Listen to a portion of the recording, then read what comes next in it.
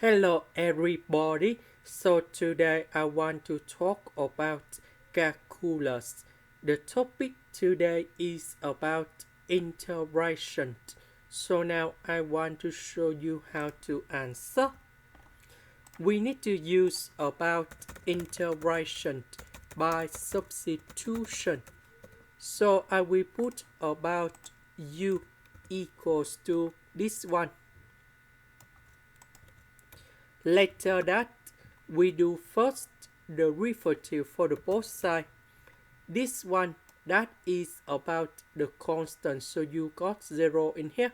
This one, we have number 1, so we have negative number 4 ds.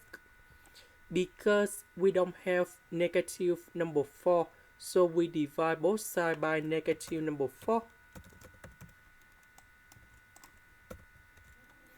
So this one we change by u. ds we change by this one. So the integration of this one, we have negative 1 over u, and I will put about c.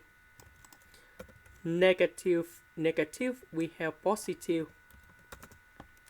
About u, that is about this one.